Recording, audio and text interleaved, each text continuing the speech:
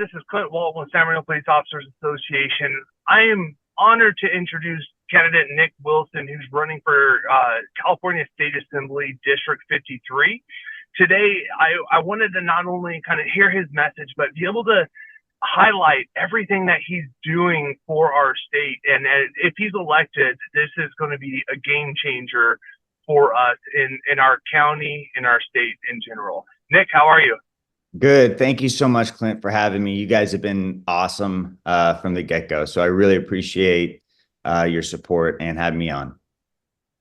I appreciate everything you're doing. It takes a lot out of the family life and personal life to actually be able to stand up to make a difference within our state, within our communities. And it's a huge sacrifice that you put forward. So thank you. First thing, and I'll jump right into this, is kind of tell me what day one, if you're elected, what's your plan? Well, it's going to be public safety has got to be the priority, because obviously from everything that we've seen in California, it's turned almost into Gotham City.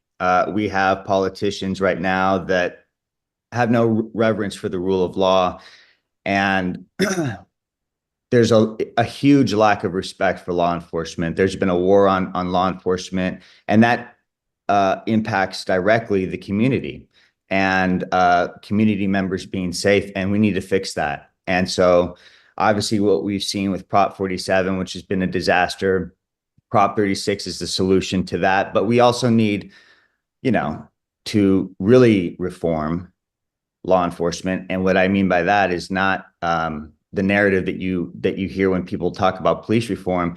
We need tough on crime policies, and we need to support our law enforcement, because public safety is a human right, and we have got to make sure that people feel safe going to the park with their families, going to the grocery store without fearing being a crime victim. And it's time that we have people that are in Sacramento that are unapologetic when it comes to their support of law enforcement.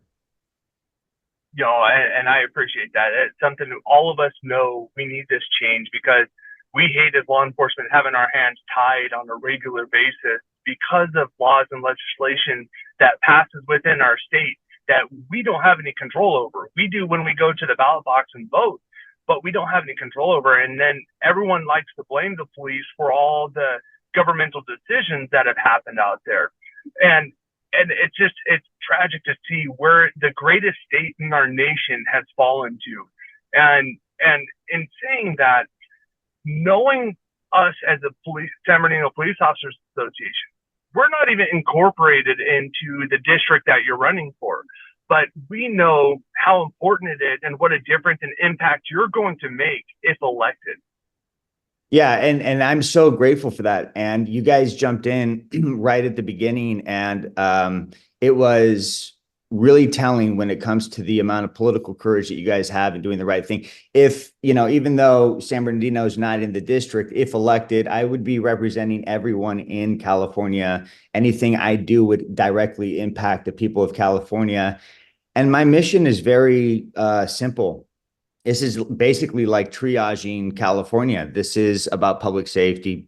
This is about addressing homelessness the right way, which we can get into if you want. This is the cost of living, because people are struggling to put food on the table and gas in their gas tanks, and parental rights, because there's government overreach in Sacramento. And to be quite frank, Sacramento has lost their minds with career politicians who I don't know that they really even believe the policies that they're pushing, but no one right now is happy, and there's a lot of struggling families that are looking for change. And so I'm very grateful for you guys for all that you're doing.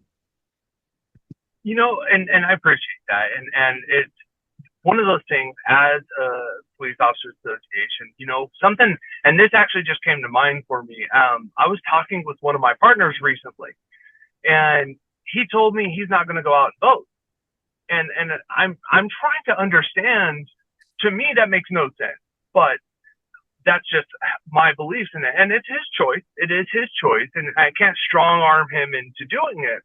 But what would you say to get people to get out there and actually vote, who say, I'm why my vote doesn't matter in this governmental system that's in place.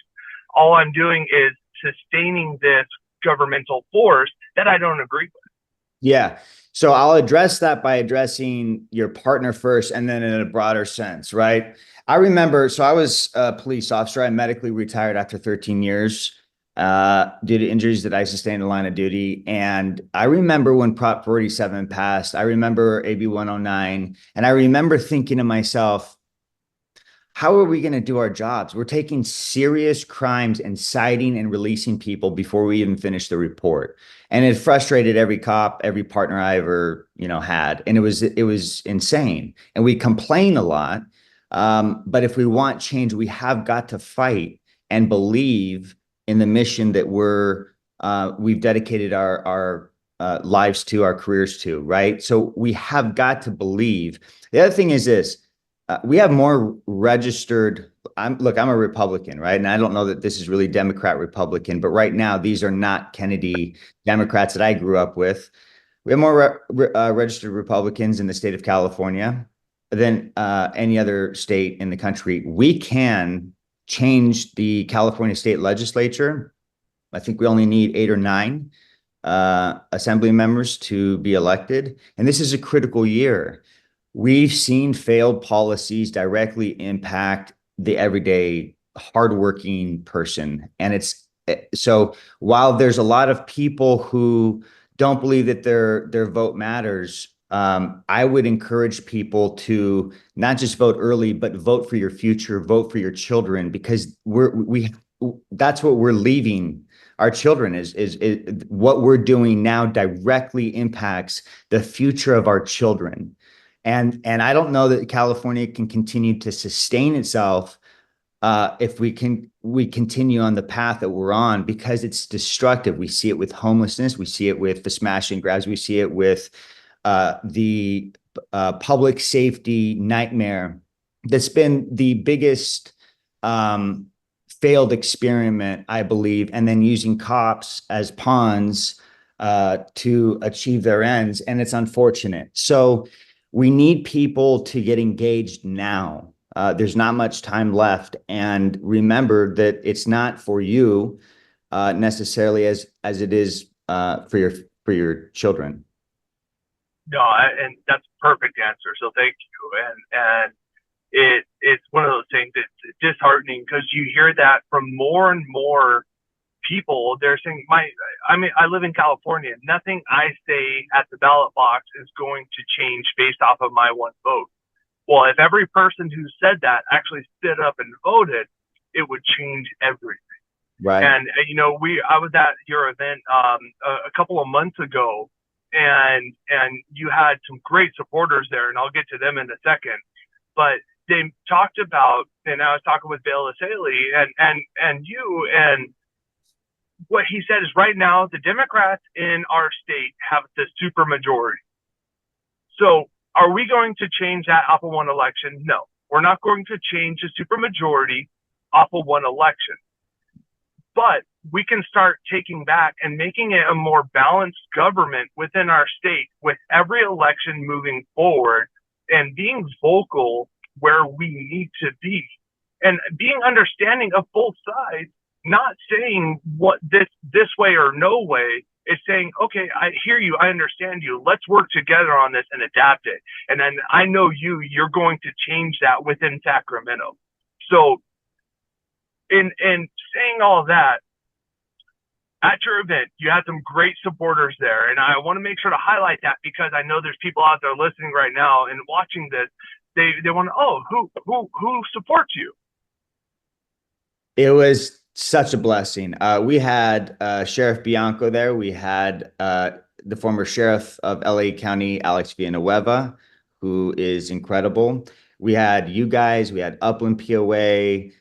We had just a slew of police officer associations and a bunch of police officers that weren't necessarily part of their POA. We had former Senator Mike Morrell. We had Bill Asaley, people who really are fighting hard because they want change. They don't want a career politician. I actually don't like politics at all. I love our Constitution, and I believe right now that we are at a very dangerous place because so many of our rights have been stripped away by people who are so beholden to special interest groups, and they get elected, they go to Sacramento, and you realize it's really no longer a political system, it's a business.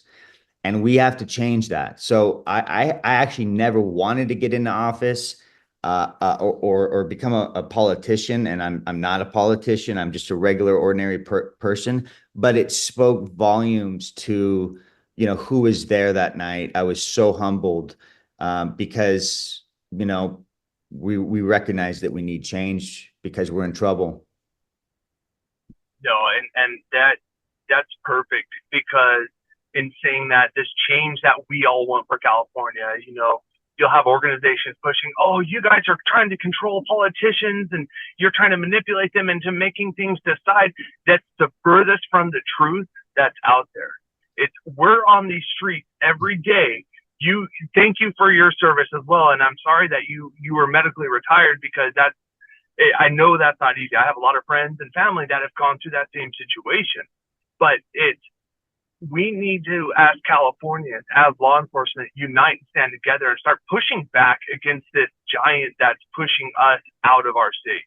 Well, you hit it right on the head. And for people that think that way, I want to just say this. Look, when I medically retired, I started a nonprofit organization called the Resiliency Project, where we provide peer support and funding for treatment services for police officers that are struggling in an effort to prevent suicide. Obviously, you being in law enforcement, and thank you for your service, that more of us die by our own hands than a line of duty, right?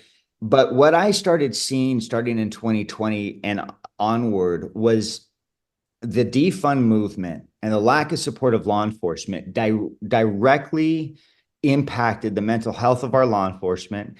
And thanks to our amazing team, we've supported over 4,500 police officers throughout the state and country. And I saw, and so did my team, how public policy impacts operational stuff for law enforcement, their ability to do their job. We saw them get handcuffed, and we saw an uptick in assaults on police officers and officers dying in line of duty. So I would go with my team to the hospital rooms and visiting law enforcement officers who were injured in line of duty. We went to the funerals of police officers who were killed in line of duty, directly attributable to the reckless public policy decisions that these politicians have made. So it became very personal. And, you get, as an association, you guys, you have skin in the game. This matters because your lives are on the line. And that also means that the city that you represent directly impacts them. We need you guys to be fully supported so that you guys have the tools and the morale and the proper hiring, recruitment, retention, to be able to do your jobs, because you're risking your lives every single day to protect a society of complete strangers. So we've got to prioritize public safety. We've got to support our law enforcement unapologetically, not abstain from votes because it's politically expedient. We have to start doing the right thing. We've got to become engaged. And so I'm very passionate about this. It breaks my heart every time I see something happen to our law enforcement officers in a state. You're right, Clint. Like we're supposed to be the fifth largest economy in the world, right? We're one of the lowest in education. There are parts of California that look like a war zone, and we see fiscal mismanagement of hard-earned taxpayer dollars going towards programs that are not advancing the state whatsoever. It was over $20 billion that went to homelessness. No one knows where the money went, and we only exacerbated the homeless crisis even more. We now have over 118, 120,000 homeless people that have that are in California, so many from out of state, while we're paying nonprofit organizations or NGOs with taxpayer money, 5, 6, 7, $800,000 a year, right? There are certain projects right now going on in Sacramento where they're importing rock from Italy in a secret project to build fancy new offices for the legislature. And everyone that was involved in the project had to sign an NDA. So the taxpayers that funded it don't even get to know where their money is going. So that's just a representative example of where we are. We need to bring common sense and balance, like you said, because there is a super majority. And all of these things impact how each of us live. And I'm tired of seeing people at the grocery store taking, items that they were going to purchase and leaving them out because they realize they can't afford it anymore. At the end of the day, I think, we all want the same thing. Democrat, Republican, Independent, we all want the same thing. We want to be safe. We want to be able to make the money and keep the money that we make. And we want to be able to create a future for our children and not have politics immerse themselves into the classroom. So, with all that being said, most importantly, right now, as Californians, as citizens within the most wonderful country in this world, being able to push out the message of getting out and voting to start making the difference, start making the change within our communities, within our states, within our government is step number one. You got to get out and vote. And I'll tell you this, Nick, if people weren't sure about you before, I can almost guarantee they're pretty sure about you now, because everything that you're speaking of touches the hearts of thousands and thousands of people out there. And this is what we want to see, is the change in California. And thank you so much for sacrificing as much as you have already. And so in closing, is there anything else that you want to touch on? I just want to remind your viewers how important this election is. I think that all of us have seen the last few years in California, especially, whether it's the exorbitant amount of taxes, the food prices going up, the crime. This is not the state that I remember. I'm sure it's not the state that you recognize either. And we need to return back to a sense of normalcy. And so, voting is your civic responsibility, and we have to encourage people to vote. And I would ask, go get 5, 10 of your friends and bring them to the ballot box, have them vote early, sit there with them and just fill out your ballot, because our future is on the line. When in our state, do you remember things falling apart so much that especially with future plans, that we can't drive gas-powered vehicles, we can't have gas-powered lawnmowers, we can't have gas-powered stoves? This is not the America nor the California that I remember. So we have to vote to create the right future for our children and to make sure that our law enforcement is safe, support our law enforcement. Nothing is more important than that. And I want to express my gratitude to you, to your POA, for all that you've done in getting directly engaged, because we need more of that. And you guys have been on the right side of it. And I've been truly inspired by the intentional fortitude of your members who are, taking a shot on supporting me and sending me to Sacramento. If elected, I'm just going to, I'm going to do the right thing. Doing the right thing is not hard to do.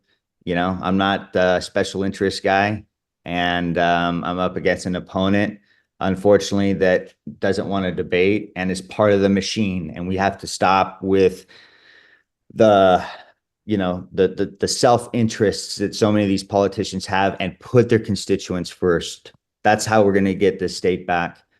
So thank you.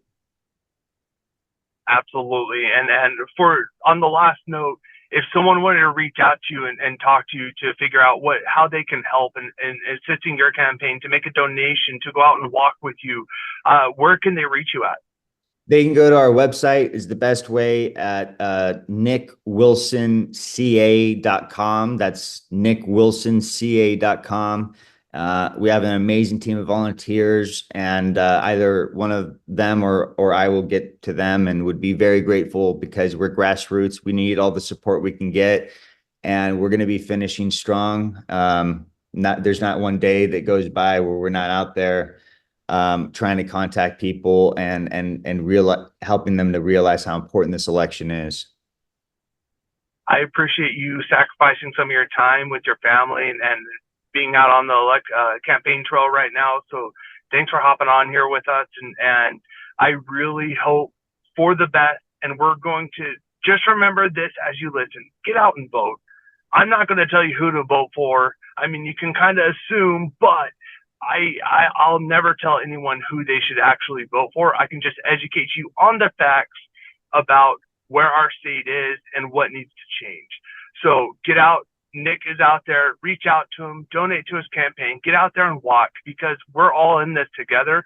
We need to fight for our state. We need to fight for our country to take back this regime that has been causing us to go down this bad hole for a long, long time. So thank you, Nick. I appreciate you, and we'll be talking soon. Thank you so much, Clint. I appreciate it. Be safe. Thank you.